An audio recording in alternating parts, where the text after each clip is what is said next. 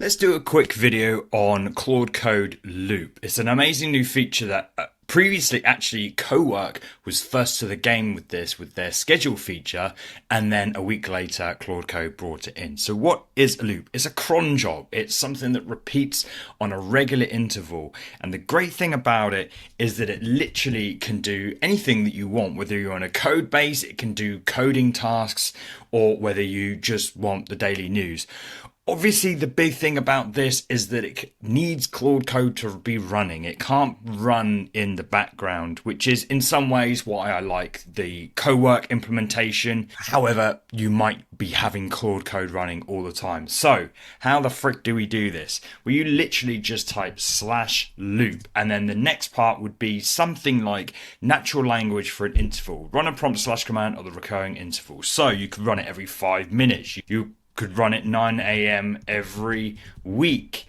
You could say every hour run bun test or something like this. Now, I think one of the most interesting thing is why I mentioned that you can run any sort of prompt, is that you can say, God, I'm just messing up all my spelling here, aren't I? 9 a.m. every Monday, get me the latest in AI news.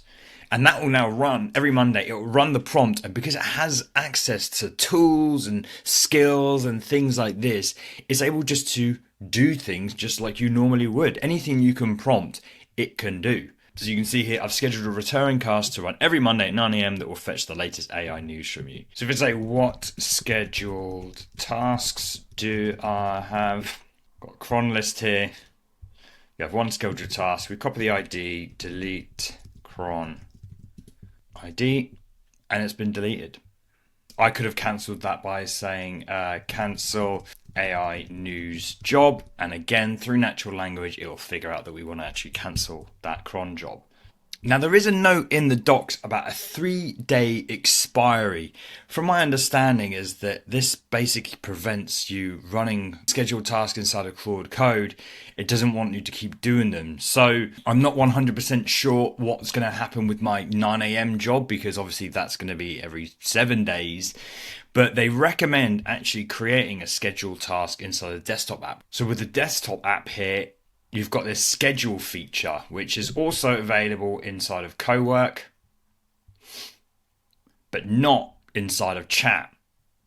I have a regular interval for checking sponsorship emails, and this runs every single hour and just checks what's going on with my sponsorships and things like this.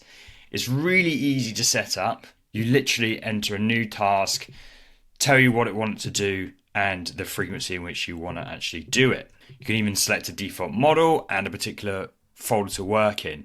Now, one of the biggest and coolest things that these scheduled tasks can do is they can actually run skills. Skills are the backbone to a lot of what I do. And the great thing about this is that you can run the skill like yourself, and you can do them when you want it to be done, or you can bind it to a schedule. So I'd strongly recommend creating a skill of the thing that you want to run first, and then binding or wrapping a schedule around it. So as an example, I've got my YouTube sponsorships.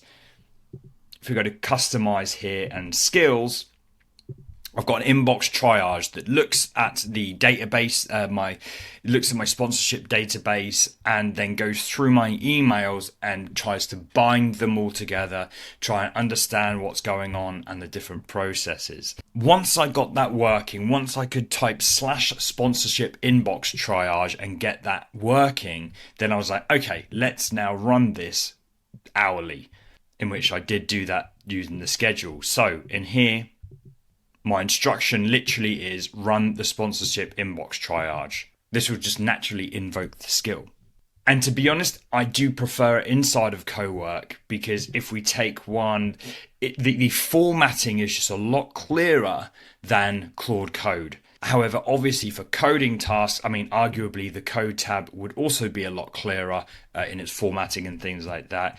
Now, this of course begs the question about OpenClaw and whether this actually can replace OpenClaw.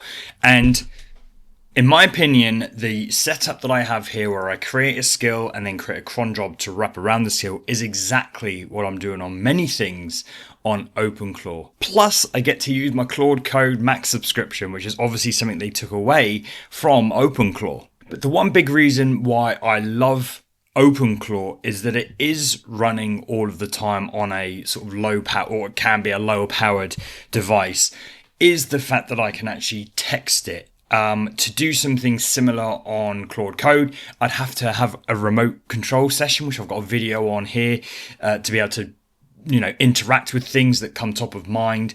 And so once I've already got this ability to text an AI and let it know what I want it to do, I may as well lean more into that ecosystem. So the killer feature for me for OpenClaw is the ability to, when I'm out and about, is to get it to do things for me. That is so powerful. And for it to contact me via text, with updates and stuff like that. I will be doing a video on exactly how I use OpenClaw, a real deep dive. So definitely subscribe to that.